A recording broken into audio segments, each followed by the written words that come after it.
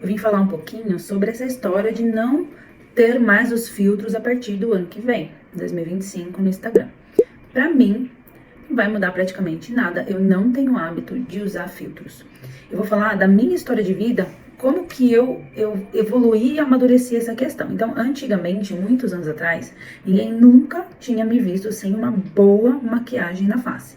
Então, assim, teve uma época recém-formada cirurgia plástica, que ninguém nunca tinha me visto sem saltão e sem uma maquiagem bem forte na face.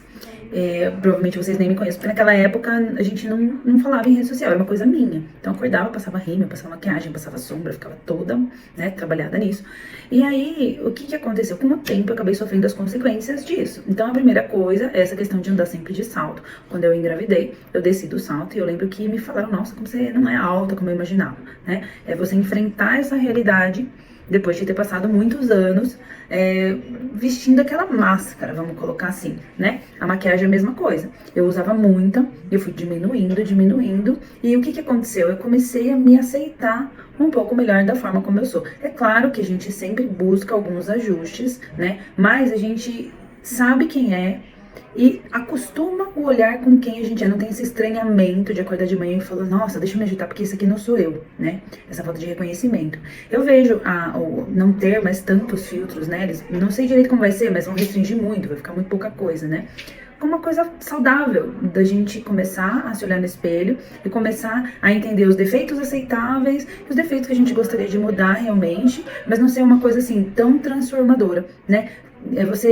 Às vezes as pacientes, hoje em dia eu me incomodo tão pouco, né, com isso, que às vezes as pacientes me falam assim, nossa, ao vivo eu sinto você melhor, eu acho você mais bonita do que nos vídeos, porque eu não só eu preocupo mais com o meu conteúdo do que às vezes com como eu tô aparecendo no vídeo, como também eu acho isso uma surpresa positiva, uma surpresa boa. Eu também não mascaro.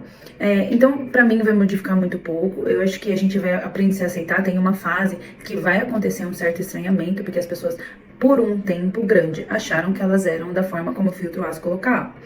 Mas isso distorce a realidade para elas mesmas, distorce a realidade para as pessoas que estão as vendo no Instagram e que ficam achando que aquilo ali existe, mas aquilo ali não, na realidade não existe. Então eu acho que as pessoas, os adolescentes, tendem a ficar um pouco mais saudáveis com esse posicionamento.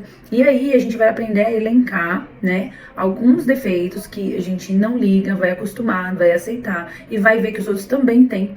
E aí, os que fogem um pouquinho, que alteram a nossa empatia, a nossa interação do dia a dia, e esse sim vale a pena a gente tratar. Então, se você olha um vídeo que você fez, e assim, hoje em dia muito paciente me fala, olha, não me incomodo tanto em foto, mas me incomodo quando eu tô fazendo as minhas conversas online, porque daí não tem tanto filtro.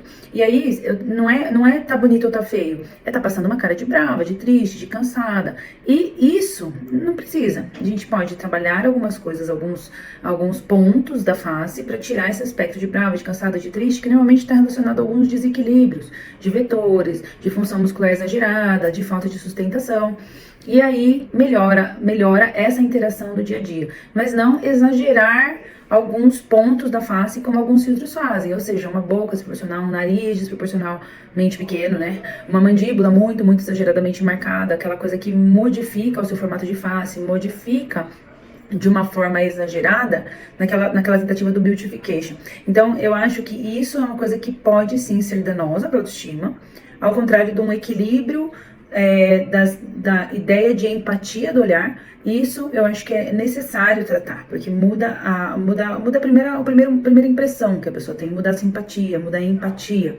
E aí os filtros não trabalharem mais isso vai fazer as pessoas se preocuparem em tratar e vai fazer as pessoas também buscarem uma autoaceitação com o tempo. Então, isso que eu fico imaginando que é o que eu acho que vai acontecer, porque eu tive na minha trajetória de vida esse momento de eu não me aceitar e depois de eu me aceitar, e hoje em dia as sequelas de usar grande por muitos anos. Tinha uma época que eu usava só salto.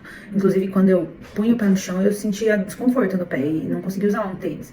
E aí, agora a gente fez um movimento para voltar ao normal. E eu acho que todo movimento no sentido de fazer as coisas voltarem para o normal, aceitar o que é normal, ele entra como algo muito positivo.